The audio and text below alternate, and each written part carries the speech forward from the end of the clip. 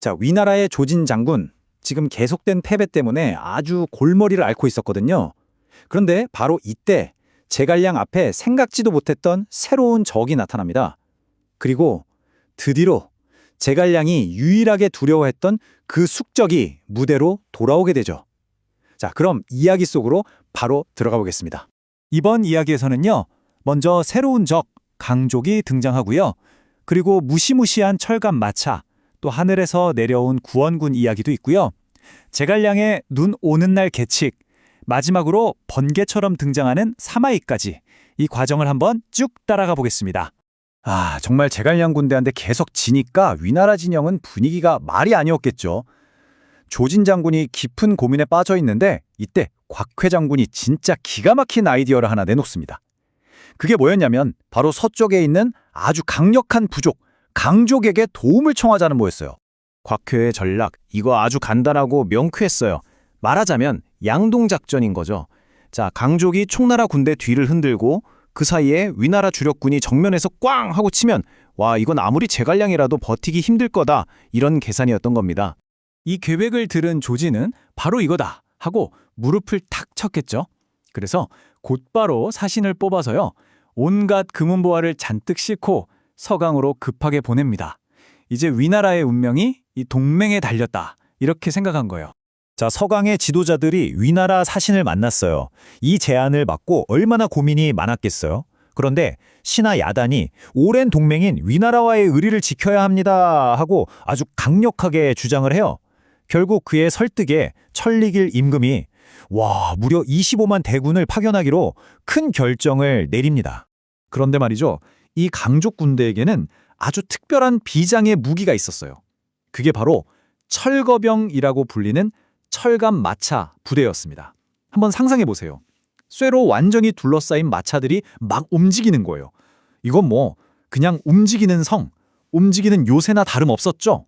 자, 이제 강족의 25만 대군이 움직이기 시작했다는 소식이 들려옵니다. 이 소식은 당연히 서평관을 지키던 총나라 군영에도 바로 전해졌고요. 제갈량의 귀에까지 들어가게 되죠. 정말 예상치 못한 적이 나타났는데 제갈량은 어땠을까요? 전혀 흔들리지 않았습니다. 침착하게 누가 막아보겠는가 하고 물으니까 역시나 언제나처럼 용맹한 젊은 장수 관응과 장포가 저희가 가겠습니다 하고 나섰죠. 제갈량은 여기에 서쪽 지리에 아주 밝은 마대까지 붙여서 지원하게 합니다. 자, 며칠 뒤에 관응이 처음으로 적진을 딱 마주하게 됐는데 그 위세에 그만 압도당하고 말아요. 철갑마차들이 쫙 늘어서 있는데 이게 꼭 거대한 성벽 같았거든요. 도대체 어디를 어떻게 공격해야 할지 틈이 보이질 않는 겁니다. 그래도 어쩌겠어요. 일단 부딪혀보기로 합니다. 다음날 아침 총나라 군대가 공격을 시작했는데 바로 그 순간이었어요. 강족 군사들이 쫙 갈라지더니 그 사이로 무시무시한 철갑 마차들이 와르르 쏟아져 나오는 거예요. 게다가 마차 위에서는 화살이 막 비처럼 쏟아졌죠. 이 강력한 철갑 마차 앞에서 총나라 군대는 정말 속수무책이었어요. 특히 제일 앞에서 싸우던 관응은 완전히 포위됐다가 흩어진 병사들을 뒤로하고 겨우겨우 탈출합니다. 하지만 월길 장군이 끈질기게 쫓아오죠. 결국 절벽 끝에서 말이 망치에 맞는 바람에 차가운 물속으로 곤두박질 치고 맙니다. 이제 정말 끝이구나 생각한 바로 그 순간이었어요. 정말 신기하게도 기적이 일어납니다. 자기를 쫓아오던 월길 장군이 갑자기 꽝 하는 소리와 함께 똑같이 물에 빠지는 게 아니겠어요. 정신을 차려보니까 저 언덕 위에서 웬 의문의 장군이 홀로 강족 병사들을 상대하고 있는 게 보였어요. 정말 절체절명의 위기에서 관응을 구해준 이 미스터리한 인물. 과연 그의 정체는 누구였을까요? 물 밖으로 겨우 나온 관응은 꼭 만나서 고맙다고 해야지 하고 생각했죠. 자신을 구해준 그 장군에게 감사 인사를 하려고 말을 달려 다가갔습니다. 그런데 안개 속에서 서서히 드러나는 그 모습을 보고 관응은 그만 숨을 멈추고 말았어요.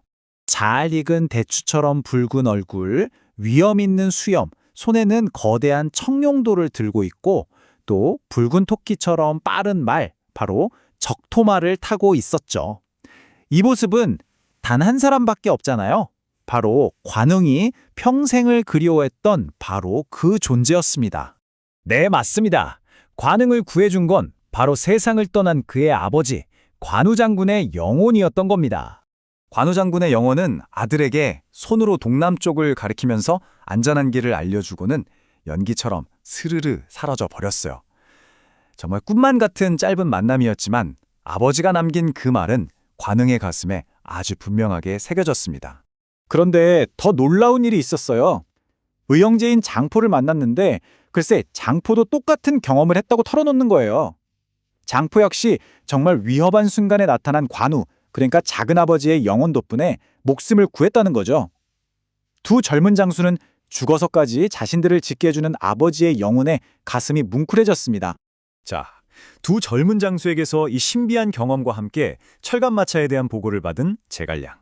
이제 드디어 반격의 시간이 왔습니다. 이야기를 들은 제갈량은 직접 군대를 이끌고 전선으로 향해요. 그리고 높은 언덕에 올라가서 강족의 진영을 쓱 한번 훑어보더니 빙그레 웃는 겁니다. 하하, 저것쯤이야 문제없다 하고 모든 걸 다 간파했다는 듯이 아주 자신만만한 미소를 지었어요. 제갈량의 비책은 과연 뭐였을까요? 바로 날씨였습니다. 하늘에 붉은 구름과 차가운 북풍을 보더니 곧 큰 눈이 펑펑 내리겠구나 하고 예측한 거죠. 그리고 바로 그 눈을 이용해서 철옹성 같았던 그 철갑마차를 무너뜨릴 계획을 세운 겁니다. 제갈량의 계획은 정말 치밀했습니다. 자, 보세요. 먼저 강유가 싸우는 척 하다가 도망가면서 적을 깊숙이 유인해요.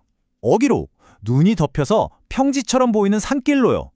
그 길에는 미리 파놓은 거대한 구덩이, 함정이 있었죠. 적들이 거기에 빠지면 사방에 숨어있던 군대가 총공격을 퍼붓는다. 와, 정말 완벽한 작전 아닙니까? 그리고 모든 것은 제갈량의 예측 그대로 흘러갔습니다. 바로 그 순간이었어요. 와르르르 콩! 콰당! 산이 무너지는 듯한 소리와 함께 강족 병사들은 눈 속 깊은 구덩이로 빠져버렸고요. 그 무적을 자랑하던 철갑 마차들은요, 미끄러운 눈길 위에서 자기들끼리 쿵쿵 부딪히고 뒤엉켜서 완전히 무용지물이 되고 말았죠. 결국 전투는 총나라의 압도적인 승리로 끝이 났습니다. 월길 장군은 관응의 칼에 베이고 신하 야단은 마대에게 사로잡혔죠. 그런데 여기서 제갈량이 정말 대단한데요. 사로잡은 적장 야단을 처벌하지 않아요. 오히려 따뜻하게 대해주면서 빼앗았던 모든 걸 돌려줍니다. 다시는 나쁜 사람들의 꾀에 넘어가지 마시오, 이 한마디와 함께요. 심이 아니라 덕으로 적을 감화시켜서 다시는 위나라 편에 서지 못하게 만든 거죠. 자, 이렇게 강족과의 전투에서 아주 큰 승리를 거둔 제갈량. 하지만 바로 그 순간 위나라에서는 제갈량의 진짜 숙적을 다시 무대로 불러들이고 있었습니다. 한편 위나라에서는 조진이 대속 패배한다는 소식에 조정이 완전히 충격에 빠졌어요. 황제 조회가 이거 어떻게 하면 좋으냐 하고 대책을 물으니까 원로 대신 종효가 폐하, 이 사람이라면 틀림없이 총나라 군대를 물리칠 수 있습니다 하면서 한 인물을 강력하게 추천합니다. 제갈량을 막을 수 있는 유일한 사람이라고 하면서요. 그 이름은 바로 표기 대장군 사마이였습니다. 네, 과거에 제갈량의 계략에 빠져서 관직에서 쫓겨났었던, 하지만 제갈량이 가장 경계했던 바로 그 인물이죠. 정말 공교롭게도 바로 그때 제갈량의 막사에도 보고가 깍 들어와요. 위나라 황제 조예가 사마이를 다시 불러 평소도독으로 삼았습니다. 이 말을 듣는 순간 그동안의 생리에 기뻐하던 제갈량의 얼굴이 하얗게 굳어버렸습니다. 제갈량이 왜 이렇게 놀랐을까요?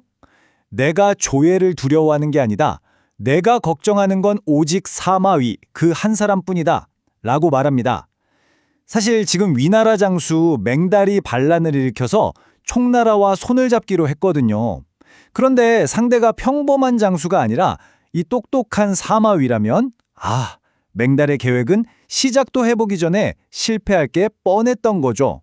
제갈량은 정확히 예측했어요. 사마이는 보고할 필요도 없이 즉시 올 것이다. 열흘도 안 돼서 들이닥칠 거야 라고요.